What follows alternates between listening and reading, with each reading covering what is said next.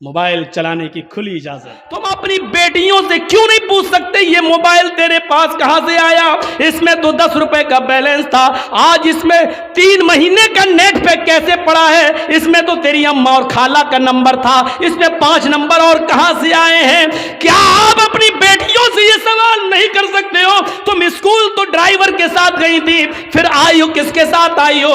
اکیلے کیسے آئی ہو؟ تمہارا بھائی تمہیں اسکول چھوڑنے گیا تھا، پھر تم نے بھائی کا آنے کا انتظار کیوں نہیں کیا؟ اکیلے کیسے چلی آئی ہو؟ یہ گھر سے کتاب 3 لے کے گئی تھی، یہ 5 کتابیں تمہارے پاس کہاں سے آئی ہیں؟ یہ سارے سوالات کی ذمہ داری ایک باپ کی بنتی ہے جو اپنی بیٹی سے پوچھے، اپنی اولاد سے پوچھے۔ اور اگر تم ایسا نہیں کر سکتے ہو تو تیار رہو، ہماری بیٹیاں کل RSS کے گنڈوں سے نکاح کرنے کے لیے تیار ہیں، اس لیے کہ یہ پلاننگ ہو چکی ہے کہ مسلم لڑکیوں کو اسکولوں میں جگہ دو اور ہندو لوگوں سے کہہ دیا گیا کھل کے پیار کرو، کورٹ میرج کرو، ان کو نکاح کے بندھن میں باندھو اور 2-4 بچے پیدا کر کے بچے اپنے پاس رکھ کے عورت کو در در کی ٹھوکر کھانے کے لیے مجبور کر دو، اس کو نکال دو۔ اگر آپ اپنی بیٹیوں کی نگرانی نہیں کر سکتے ہو تو تیار رہو، آپ کی بیٹیاں غیر مسلموں کے ساتھ نکاح کرنے کے لیے تیار ہیں۔ 10,000 سے زیادہ ایپلیکیشنیں کورٹ میں موجود ہیں مسلم لڑکیوں کی، جس میں یہ کہا گیا ہے ہمیں اپنی مرضی سے ہندو لڑکوں کے ساتھ نکاح کرنے کے لیے تیار ہیں۔ میرے ماں باپ روکیں گے اس لیے مجھے پولیس پروڈکٹ دیا جائے، پروڈکشن دیا جائے، سرکشا دی جائے۔ میرے ماں باپ کورٹ میرج کے موقع پر میرے لیے رکاوٹ بن سکتے ہیں، یہ لڑکیوں نے، مسلم لڑکیوں نے، کالج کی لڑکیوں نے یہ لکھ کر دیا ہے۔ تیار رہیے، اگر آپ اپنی بیٹیوں کے موبائل نہیں چھین سکتے ہو، ان سے سوال جواب نہیں کر سکتے ہو، تو پھر یہ دن دیکھنے کے لیے تیار رہو کہ آپ کی بیٹی مسز ادریس، مسز اسلم نہیں بنے گی، مسز کھنہ بنے گی، مسز رمیش بنے گی، مسز موہن بنے گی، مسز فلاں بنے گی، یہ بنے گی، اس کے لیے تیار رہو۔ اگر آپ نے اپنی بیٹی کو اینڈرائیڈ موبائل دے رکھا ہے، فیس بک اور میسنجر اور واٹس ایپ اگر وہ چلا رہی ہیں تو یاد رکھیے گا آپ اپنی بیٹی پر بھروسے کے لائق نہیں ہیں۔ آپ کی نظر میں آپ کی بیٹی کتنی پاک صاف ہو، لیکن آپ کو اپنی بیٹی پر بھروسہ نہیں کرنا چاہیے، اعتماد نہیں کرنا چاہیے، اس لیے کہ واٹس ایپ اور میسنجر اور فیس بک چلانے والی لڑکی کا اعتبار نہیں کیا جا سکتا ہے آج کے اس دور میں۔ جب حضرت عائشہ صدیقہ کے اوپر تہمت لگ سکتی ہے، حضرت عائشہ صدیقہ الزام سے اپنے آپ کو نہیں بچا سکتی ہیں، تو ہماری بیٹیاں ان سے زیادہ پاک دامن تو نہیں ہیں، ہماری بچیاں ان سے زیادہ نیک تو نہیں ہیں۔ جب منافقوں نے، جھوٹوں نے، جب کجروؤں نے اور دل کے گندے لوگوں نے اما عائشہ کو نہیں چھوڑا تو ہماری بیٹیوں کو کیسے چھوڑیں گے؟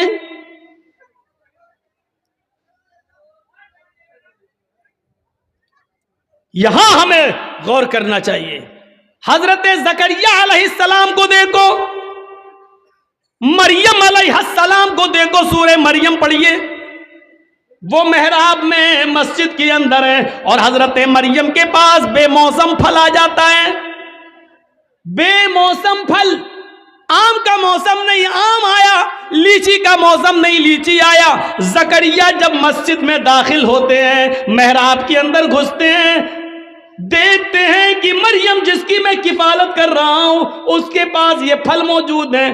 ارے یہ آم کا تو موسم نہیں، یہ آم کہاں سے آیا؟ یہ لیچی کا موسم نہیں، یہ لیچی کہاں سے آئی؟ تو چیخ پڑے انا لک ھذا، اے مریم میں تیری کلاس لے رہا ہوں، اے مریم مجھے صاف صاف جواب دے، یہ بے موسم پھل تیرے پاس کہاں سے آئے ہیں؟ آم کا موسم نہیں آم دیکھ رہا ہوں، لیچی کا موسم نہیں لیچی دیکھ رہا ہوں، یہ بے موسم پھل تیرے پاس کہاں سے آئے ہیں؟ وہ مریم جس کی پاک دامنی کی گواہی اللہ تعالیٰ نے دی ہے کہ ہم نے مریم کو بغیر شوہر کے بیٹا دیا، عیسیٰ بغیر باپ کے ہم نے پیدا کیا، وہ مریم جن کے پاک و صاف ہونے کا اعلان اللہ تعالیٰ نے کیا ہے، قرآن میں جن کو پاک دامن بتایا ہے، اس مریم کی کلاس زکریا لے رہے ہیں کہ بتا میری بیٹی، او بتا میرے لخت جگر، یہ تیرے پاس کہاں سے آیا ہے؟ کس لڑکے نے دیا ہے؟ کون ہے جس سے تیرے کانٹیکٹ ہے، جس سے تیرے تعلقات ہیں؟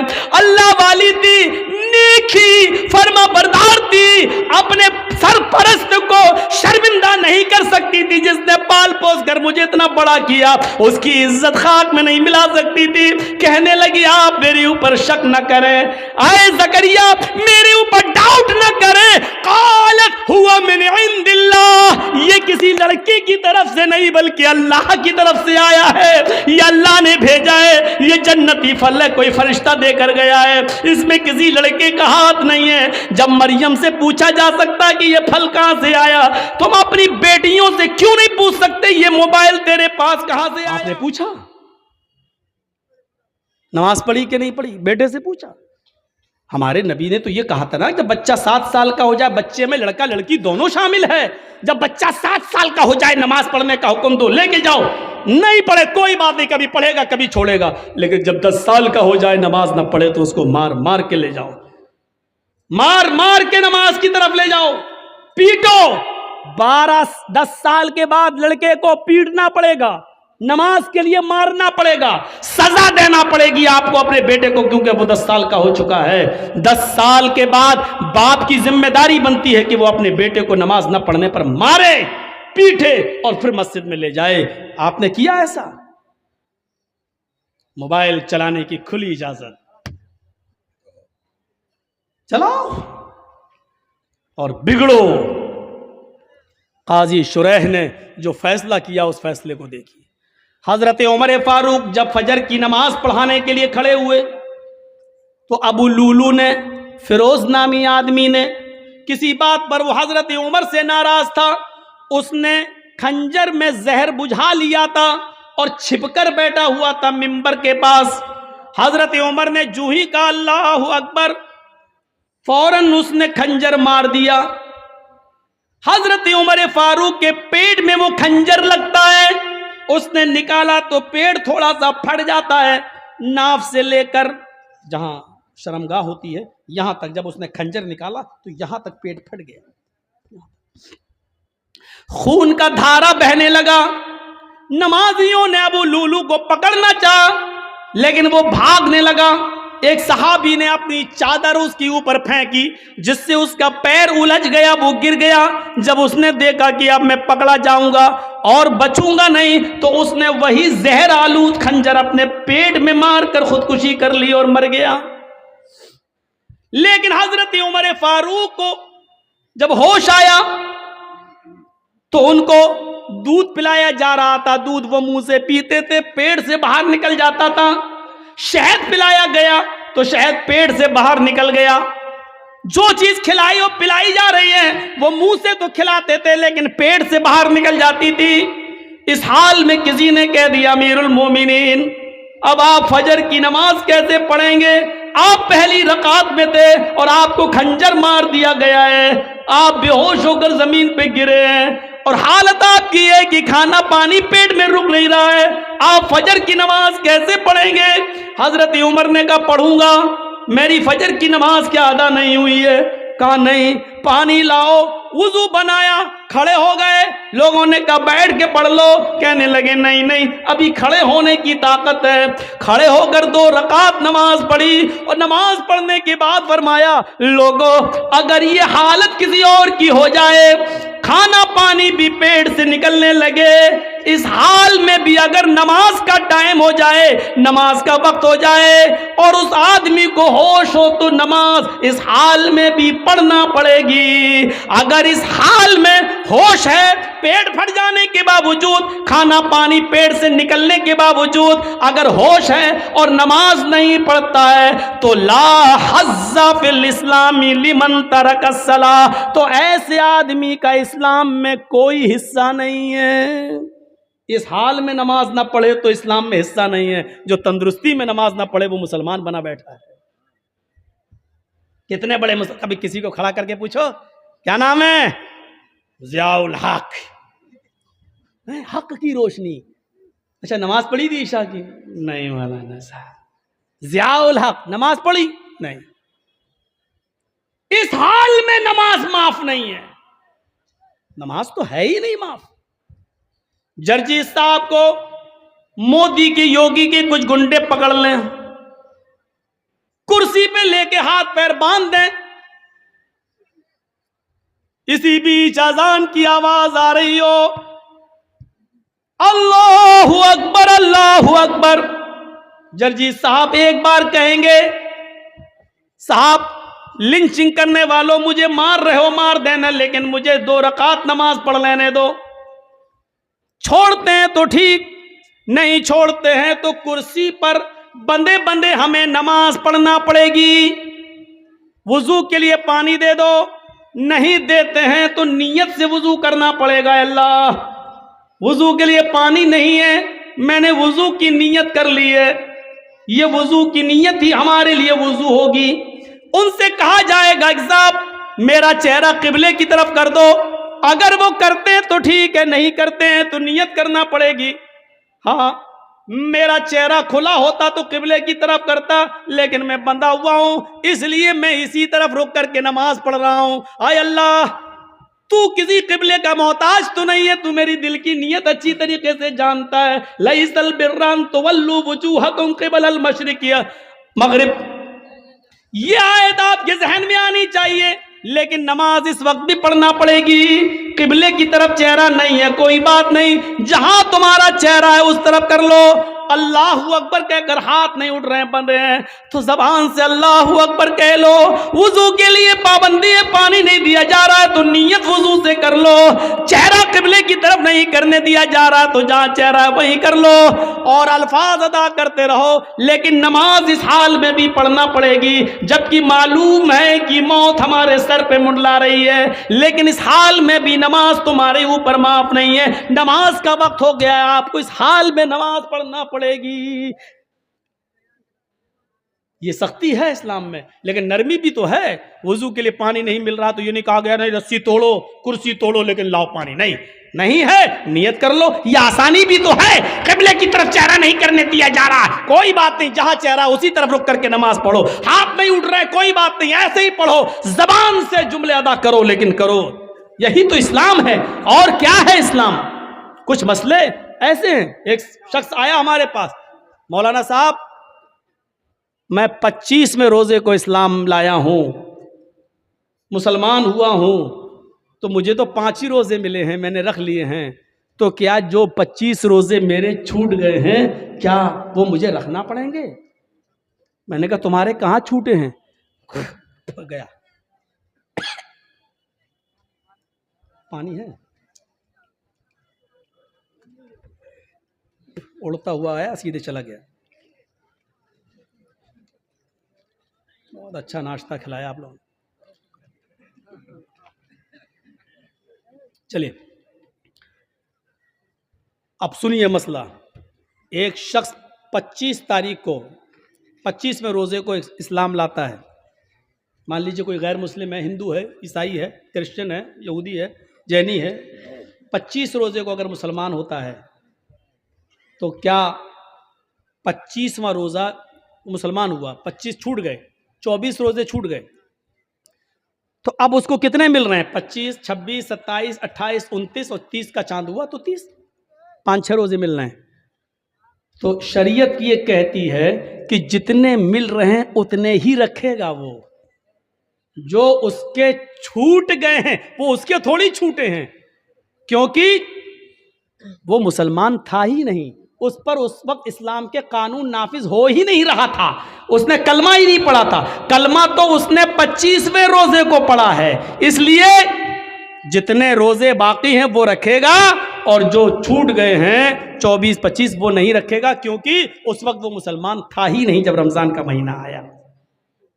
پہلی چیز۔ دوسری چیز ایک اور سنیے، مان لیجئے 5:30 بجے آپ کے ہاں روزہ افطار ہوتا ہے، سورج 5:30 بجے ڈوبتا ہے، اور کوئی شخص 5 بجے اسلام لا رہا ہے، 25واں روزہ ہے، 5 بجے اسلام لایا، جرجیت صاحب میں اسلام اشہد ان لا الہ الا اللہ و اشہد ان محمدن عبدہ و رسولہ، 25ویں روزے کو 5 بجے اسلام لایا ہے، اس کا روزہ یہیں سے شروع ہو گیا ہے۔ ابھی جو 5 بجے تک جو اس نے کھایا پیا وہ سب معاف، کیونکہ اس وقت تک اس کے اوپر اسلام نافذ تھا ہی نہیں، وہ مسلمان نہیں تھا، اس لیے وہ سب نہیں۔ 5 بجے اسلام لایا ہے تو 5 بجے سے ہی اس کا روزہ شروع ہو گیا، اسلام کے قانون اس کے اوپر نافذ ہو گئے، اور 5:30 بجے وہ روزہ کھول لے گا اور اس کا یہ روزہ پورا مانا جائے گا۔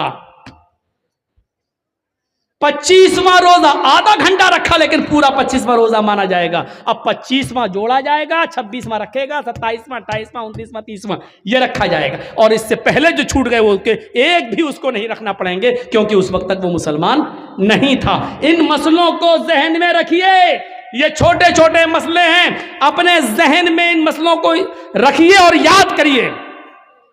اسی لیے کہتے ہیں کہ کچھ دینی تعلیم بھی سیکھ لیجیے، انگلش میڈیم کے ساتھ ساتھ انگریزی تعلیم کے ساتھ ساتھ کچھ دین کے مسئلے بھی سیکھا کیجئے۔ تو 25ویں روزے کو اسلام لایا، 25 ختم، وہ نہیں رکھے جائیں گے۔ جتنے بجے سے لایا اتنے بجے سے اس کا روزہ شروع ہو گیا ہے، اتنے بجے سے، اور جب افطار ہوگا تو افطار کرے گا اور وہ روزہ اس کا پورا مانا جائے گا۔ تو وَلَا تَتْرُكَنَّ صَلَاةً مَكْتُوبَةً متعمداً، فرض نماز قصداً جان بوجھ کر نہیں چھوڑنا ہے، اس لیے کہ جس قوم کے اندر فرض نماز جان بوجھ کر چھوڑ دی جاتی ہے فقط بریت ذمت اللہ کے نبی کہتے ہیں کہ اللہ کی ذمہ داری اس کے اوپر سے اٹھ جاتی ہے، پھر وہ مرے کٹے کہیں بھی جائے پھر اللہ رب العالمین کی کوئی ذمہ داری نہیں رہتی ہے، فقط بریت منہ ذمت اللہ کے ذمے سے یہ آدمی نکل جاتا ہے۔ 3 چیزیں ہو گئیں، 3 چیزیں یاد ہے نا؟ شرک، ماں باپ کی نافرمانی، اور فرض نماز کا قصداً جان بوجھ کر نہ چھوڑنا۔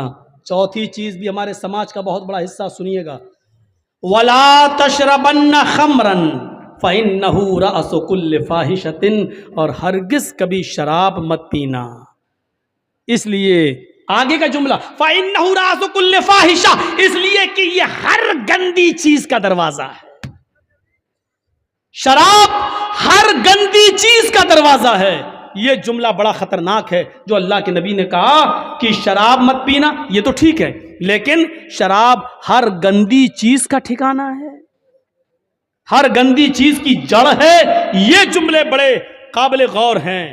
سنن نسائی کی حدیث کی کتاب ہے، ایک حدیث کی کتاب ہے سنن نسائی، اس میں ایک واقعہ آیا ہے بنی اسرائیل کا۔